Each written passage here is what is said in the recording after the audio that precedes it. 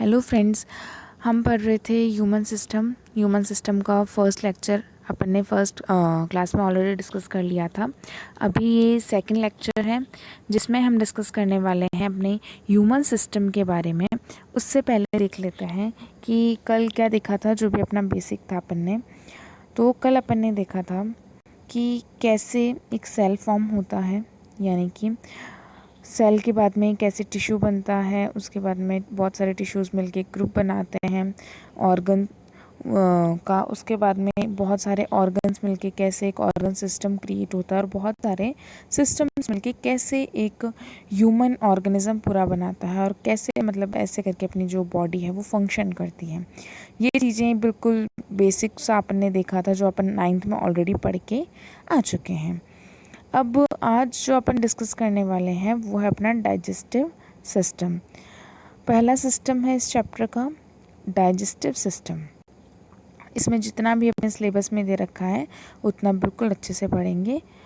अब ये देख लीजिए आप कि डाइजेस्टिव सिस्टम एक्चुअली में होता क्या है। डाइजेस्टिव सिस्टम होता है कि अपनी बॉडी के अंदर जितने भी कॉम्प्लेक्स सब्सटेंसेस हैं उनको सिंपल सब्सटेंसेस में चेंज करना, ये होता है आपका डाइजेस्टिव सिस्टम। यानी कि जितने भी आपने खाना खाया उस खाने को पचाने के लिए जो पाचन क्रिया होती है वो आती है अपने डाइजेशन में या फिर डाइजेस्टिव सिस्टम के अंदर। अब सबसे पहली चीज़ ये समझिए कि वाई वी नीड फूड, हमें खाने की ज़रूरत क्यों होती है। तो टू गिव अस एनर्जी, यानी कि हमें खाने की ज़रूरत होती है एनर्जी के लिए। अपने बॉडी इतने सारे फंक्शंस करती है, अपन बाहर फिज़िकली इतना सारा वर्क करते हैं, मेंटली वर्क करते हैं, तो ये सारे काम करने के लिए हमारी बॉडी को एनर्जी चाहिए होती है। तो पहला तो ये हो गया कि हम खाना खाते हैं एनर्जी के लिए। दूसरा है to make new body cell. अब अपनी बॉडी की स्टार्टिंग होती है बिल्कुल सेल से। तो ये जो सेल है ये एक पर्टिकुलर टाइम आने के बाद में हर एक सेल अपने आप मर जाता है, लेकिन इतना लंबा कोई भी सेल नहीं चल पाता पूरे अपने लाइफ टाइम तक। तो इसलिए नए नए बॉडी सेल्स अपनी बॉडी में बनते रहते हैं, नए नए सेल्स। इसीलिए ये जो बॉडी सेल्स हैं ये इनको बनाने के लिए भी हमें खाने की ज़रूरत होती है। फिर है to fight infections and to protect us from disease, यानी कि जितने भी हमारी बॉडी के अंदर कुछ इन्फेक्शंस हो जाते हैं या फिर डिज़ीज़ को प्रोटेक्ट करने के लिए भी हमें खाने की ज़रूरत होती है। अगर हम अच्छा खाना खाएंगे, हेल्दी खाना खाएंगे, तो जिसकी वजह से हमारी बॉडी के अंदर WBC सेल्स जो होते हैं अपने मतलब protect soldier of a cell, उनको बॉडी कहा जाता है, जो कि अपनी प्रोटेक्शन का काम करते हैं, वो बहुत अच्छी मात्रा के अंदर बनते हैं और अपनी बॉडी को प्रोटेक्शन प्रोवाइड करवाते हैं, जिसकी वजह से कि अपन को डिज़ीज़ नहीं होता है, अपन बिल्कुल हेल्दी रहता है, फिट रहता है। तो हमें फूड की ज़रूरत क्यों होती है? पहला एनर्जी के लिए, दूसरा to make a new body cell, नए बॉडी सेल बनाने के लिए, और तीसरा इन्फेक्शन से फाइट करने के लिए और हमें डिज़ीज़ से प्रोटेक्ट करने के लिए हमें खाने की ज़रूरत होती है। अब ये समझो, जो एक सेल होता है उसका जनरली हमारी बॉडी के अंदर ये वाला फंक्शन करता है एक सेल। सबसे पहले हमने खाना खाया और ऑक्सीजन तो हर टाइम पे ले ही रहे होते हैं। तो हम जब भी खाना और ऑक्सीजन खाते हैं तो होता क्या है कि सेल के अंदर रिएक्शंस होते हैं इन दोनों के बीच में। सेल के अंदर खाने और ऑक्सीजन इन दोनों के बीच में रिएक्शंस हो रहे होते हैं, जहाँ से आपका कार्बन डाइऑक्साइड और एनर्जी रिलीज होती है। एनर्जी से तो हमारी बॉडी फंक्शन करती है और कार्बन डाइऑक्साइड हम एक्सहेल करते हैं। इसीलिए हम जब इनहेल करते हैं तो वो ऑक्सीजन होता है और जब हम एक्सहेल करते हैं तो वो कार्बन डाइऑक्साइड होता है। तो ये जो है आपका एक सेल का प्रोसीजर है। अब हम बात कर लेते हैं डाइजेस्टिव सिस्टम के बारे में। तो देखो, the nutrients found in a food are complex substances that can not be utilised by our body directly, यानी कि अपनी बॉडी बहुत ही ज़्यादा कॉम्प्लेक्स सब्सटेंसेस यूज़ नहीं कर पाती हैं।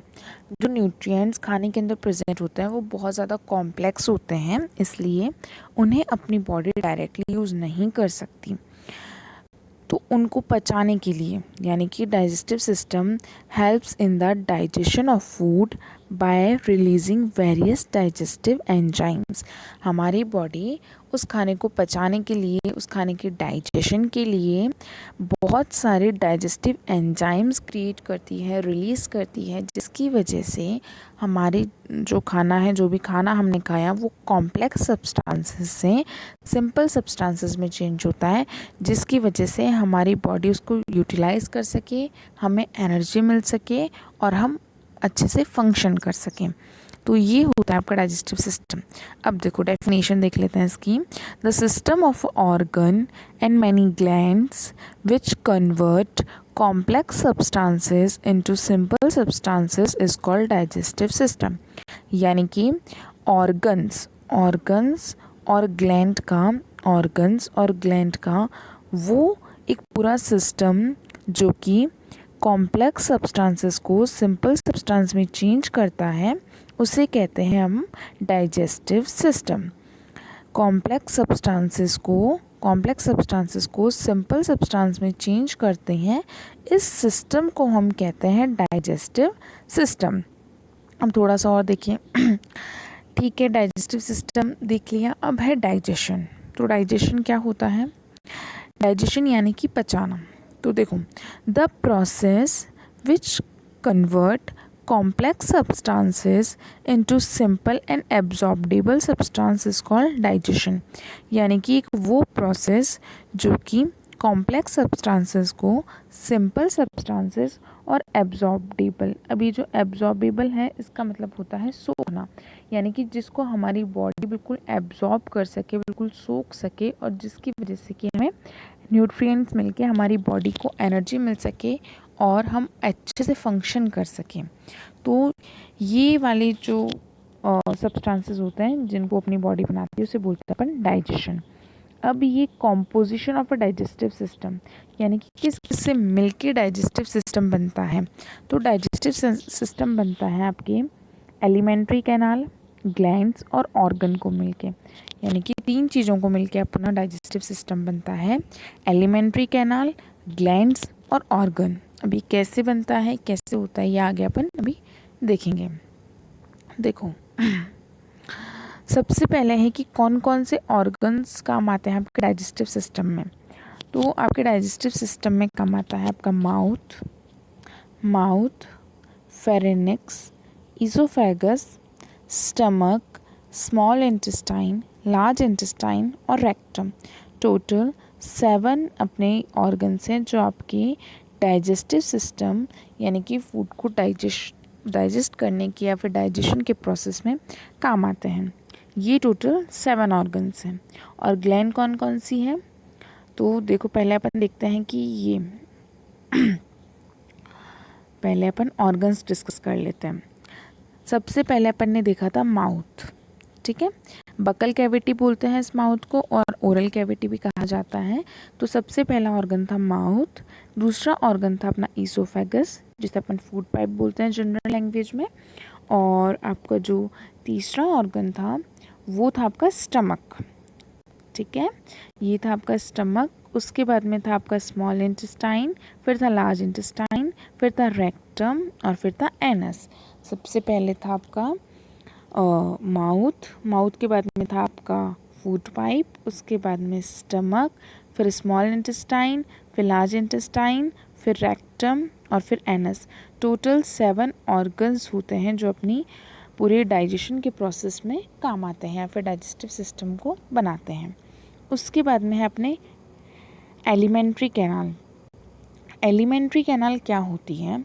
तो देखो, alimentary canal begins from mouth and and ups in a anus, यानी कि जो एलिमेंट्री कैनाल है उसकी स्टार्टिंग होती है अपने माउथ से। उसकी स्टार्टिंग कहाँ से होती है? माउथ से, और ख़त्म कहाँ पे होती है? एनस के ऊपर। यानी कि जितने भी ऑर्गन्स हैं अपने ह्यूमन बॉडी के अंदर डाइजेशन के प्रोसेस में, जितने भी ऑर्गन्स काम आते हैं वो सारे के सारे आपके एलिमेंट्री कैनाल के अंदर आते हैं। और इसकी लेंथ कितनी होती है? इसकी लेंथ होती है 8 से 10 मीटर्स तक, यानी कि 8 से 10 मीटर तक इसकी लंबाई होती है। और ये बहुत लंबी होती है, शायद अपने बॉडी की सबसे जो लंबी कैनाल है वो है अपनी एलिमेंट्री कैनाल। और देखो इसके अंदर कुछ स्पिंचर्स भी प्रेजेंट होते हैं जो कि अपनी बॉडी के अंदर जो खाना होता है उसका मूवमेंट कंट्रोल करते हैं। अपन जब अभी आगे पढ़ेंगे स्टमक के अंदर तो वहाँ पे देखेंगे और भी आगे देखेंगे कि स्पिंचर्स प्रेजेंट होते हैं। ये अपने बॉडी में खाने का मूवमेंट कंट्रोल करते हैं कि खाना कहीं गलत जगह ना चला जाए, तो उसका जो कंट्रोल होता है वो एलिमेंट्री कैनाल में प्रेजेंट स्पिंचर्स कंट्रोल करते हैं। It is also known as digestive canal. Elementary canal को डाइजेस्टिव कैनाल भी कहा जाता है क्योंकि ये जो कैनाल है एलिमेंट्री कैनाल वो डाइजेस्टिव ऑर्गन्स से स्टार्ट होकर वहीं पे तो ख़त्म होती हैं, और जितना भी डाइजेशन का प्रोसेस है वो सारा आपका एलिमेंट्री कैनाल में होता है। एक बार दोबारा बता देती हूँ मैं इधर। देखो माउथ से स्टार्ट होती हैं और एनस पे ख़त्म होती हैं। तो ये टोटल 7 ऑर्गन्स ही तो थे जो अपने डाइजेशन के प्रोसेस में आ रहे थे, तो इसलिए ये यहाँ पे एलिमेंट्री कैनाल के प्रोसेस में पूरा डाइजेशन कंप्लीट हो जाता है। टोटल 7 ऑर्गन्स हैं। इसकी जो लेंथ है वो है आपकी 8 से 10 मीटर्स की लेंथ है। 8 से 10 मीटर्स की लेंथ है और ये अपनी बॉडी की सबसे लंबी लॉन्गेस्ट कैनाल है। डाइजेस्टिव कैनाल भी बोल सकते हैं या फिर एलिमेंट्री कैनाल। अपनी बॉडी में जितना भी डाइजेशन का प्रोसेस है वो सारा इसमें हो जाता है। अब देखो यहाँ पे और यहाँ पे और भी अपनी एलिमेंट्री कैनाल के अंदर कुछ स्पिंचर्स प्रेजेंट होते हैं। स्पिंचर्स एक मतलब ट्यूब लाइक स्ट्रक्चर होती है। ट्यूब इन द सेंस कि जैसे अपनी मतलब ट्यूब आप समझ सकते हो कि किसी टायर के अंदर जैसे ट्यूब होती है वैसे स्ट्रक्चर यहाँ पे प्रेजेंट होती है। स्पिंचर्स की होल शेप की स्ट्रक्चर होती है जो कि अपने बॉडी में खाने के मूवमेंट को कंट्रोल करती है। ये काम होता है आपके स्पिंचर्स का। ये हो गई आपकी एलिमेंट्री कैनाल। अब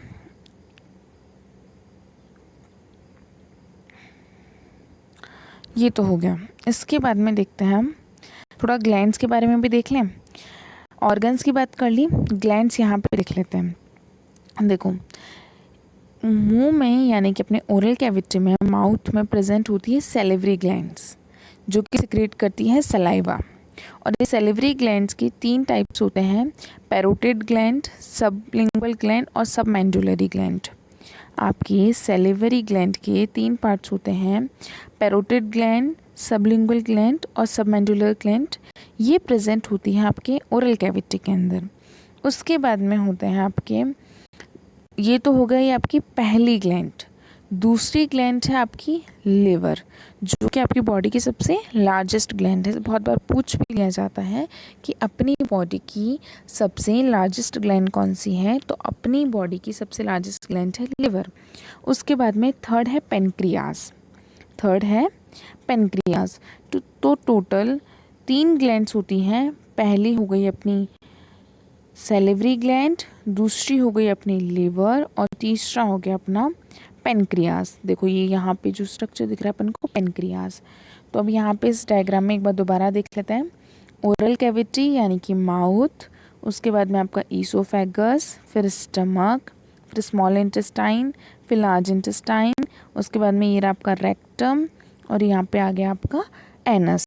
तो ये टोटल अपने 7 जो ऑर्गन्स है वो काम आते हैं अपने डाइजेशन के अंदर। और 3 आपके जो ग्लैंड्स हैं, सबमैंडुलरी ग्लैंड्स, सबलिंगुअल और पैरोटिड ग्लैंड आता है आपके सैलिवरी ग्लैंड के अंदर। उसके बाद में है जो कि आपका यहाँ पे ओरल कैविटी में पाया जाता है। उसके बाद में आपकी सेकंड ग्लैंड है लिवर, ये बॉडी की सबसे लार्जेस्ट ग्लैंड है। और उसके बाद में यहाँ पे से पाया जाता है आपका पेनक्रियाज जो कि सिक्रीट करता है पेनक्रिएटिक जूस। ये हो गया अपना पूरा का पूरा ऑर्गन्स और ग्लैंड्स। अब अपन बात कर लेते हैं कि डाइजेशन के अंदर कितने फेजेस होते हैं। फेजेस का मतलब है कि कितने लेवल्स के ऊपर डाइजेशन होता है। तो देखो, सबसे पहले है इंजेशन। इंजेशन का मतलब होता है कि आपने खाने को मुंह में लिया। ये जो प्रोसेस है मुंह में खाने को लेने का, माउथ में इनटेक करने का खाने को, ये आता है आपके इंजेशन के अंदर। सेकंड है आपका मूवमेंट। अब खाने का मूवमेंट होता रहता है। कैसे होता है समझिए। आपने खाने को मुंह में लिया, वो खाना मुंह से यानी कि माउथ से आपके ईसोफेगस में गया, ईसोफेगस से वो स्टमक में गया, स्टमक से वो स्मॉल इंटेस्टाइन में गया, स्मॉल इंटेस्टाइन में वो लार्ज इंटेस्टाइन में गया। उसके बाद में आगे फर्दर वो मूवमेंट करता है। तो ऐसे करके आपका खाने का मूवमेंट होता रहता है। उसके बाद में आपका मैकेनिकल डाइजेशन। मैकेनिकल डाइजेशन होता है आपका माउथ में। कैसे? आपने खाने को आप चबा रहे हो, माउथ में आप खाने को चबा रहे हो, सिंपल सब्सटेंसेस में चेंज कर रहे हो, वो हो गया आपका मैकेनिकल डाइजेशन। उसके बाद में है आपका केमिकल डाइजेशन। केमिकल डाइजेशन होता है जो आपका स्टमक और यहाँ पे जाके होता है, जिसमें आपकी बॉडी खाने को केमिकली तोड़ती है, यानी कि बिल्कुल डाइजेशन उसका स्टार्ट हो जाता है, प्रोटीन का, फैट का, इन सब का बिल्कुल छोटे छोटे पार्टिकल्स में वहाँ पे जाके तोड़ती है। तो ये होता है आपका केमिकल डाइजेशन। फिर है आपका एब्जॉर्प्शन। एब्जॉर्प्शन का मतलब होता है आपने जितना भी खाना खाया उसमें से जितना भी आपका यूटिलाइज्ड पार्टिकल था जिससे आपकी बॉडी को एनर्जी मिलेगी, उन सबको एब्जॉर्ब कर लेना, उसको सोख लेना होता है एब्जॉर्प्शन। सिक्स्थ है आपका एलिमिनेशन। एलिमिनेशन का मतलब होता है कि आपने जितना भी खाना खाया उससे आपका जो एनर्जी का प्रोडक्ट था, यानी कि जितने भी एनर्जी के पार्टिकल्स थे वो तो सारे एब्जॉर्ब हो जाएंगे। अब जितने भी वेस्ट प्रोडक्ट थे जो अपनी बॉडी के किसी काम के नहीं थे, वेस्ट प्रोडक्ट थे, वो एलिमिनेट होंगे, यानी कि उनका एक्सक्रिएशन होगा, एलिमिनेशन होगा। तो ये होते हैं अपने फेजेस ऑफ डाइजेशन। एक बार दोबारा देखें। The process of intake food in a mouth is known as ingestion, यानी कि खाने को मुंह में लेने का जो प्रोसेस है उसे कहते हैं अपन इंजेशन। दूसरा है मूवमेंट। मूवमेंट का मतलब होता है कि अपना खाना, आपने जो खाना खाया वो माउथ से ईसोफेगस में जाता है, ईसोफेगस से स्टमक में जाएगा, स्टमक से स्मॉल इंटेस्टाइन, फिर लार्ज इंटेस्टाइन। तो उसके बहुत सारे मूवमेंट होते हैं, मूवमेंट करता रहता है खाना। थर्ड है मैकेनिकल डाइजेशन। मैकेनिकल डाइजेशन का मतलब होता है कि आपने खाने को माउथ में खाया, मुंह में खाया, उसके बाद में जो सब्सटेंसेस थे, यानी कि बहुत छोटे छोटे पार्टिकल्स में आप उसको कन्वर्ट करते हो। कॉम्प्लेक्स सब्सटेंसेस है, सिंपल सब्सटेंस में आप उसको कन्वर्ट करते हो मैकेनिकली, उसको चबा चबा के। ठीक है। उसके बाद में है आपका केमिकल डाइजेशन। केमिकल डाइजेशन में होता है आपका स्टमक, और उसमें जब आपका फूड केमिकली टूटता है। फिर है आपका एब्जॉर्प्शन। एब्जॉर्प्शन होता है खाने को बिल्कुल सोख लेना, जितने भी एनर्जी के पार्टिकल्स उनको अलग करना और बाकी वेस्ट प्रोडक्ट को अलग करना। और सिक्स्थ है एलिमिनेशन। एलिमिनेशन में है कि आपकी जितने भी एनर्जी की जो पार्टिकल्स है वो तो अलग हो गए, अब जो वेस्ट प्रोडक्ट है उन्हें भी निकालना बॉडी से ज़रूरी है, तो उनको अलग कर दिया जाता है, उनको बिल्कुल एलिमिनेट कर दिया जाता है। फिर through the process of excretion वो बॉडी से बाहर चले जाते हैं। ये हो गए अपने फेसेस ऑफ डाइजेशन।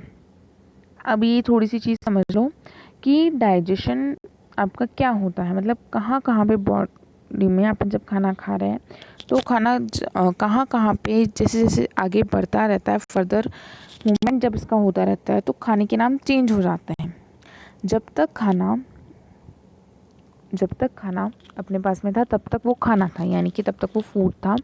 जैसे ही उस फूड को अपन ने मुंह में खाया, उसमें सलाइवा मिक्स हुआ, वैसे ही उस खाने का नाम हो गया बोलस।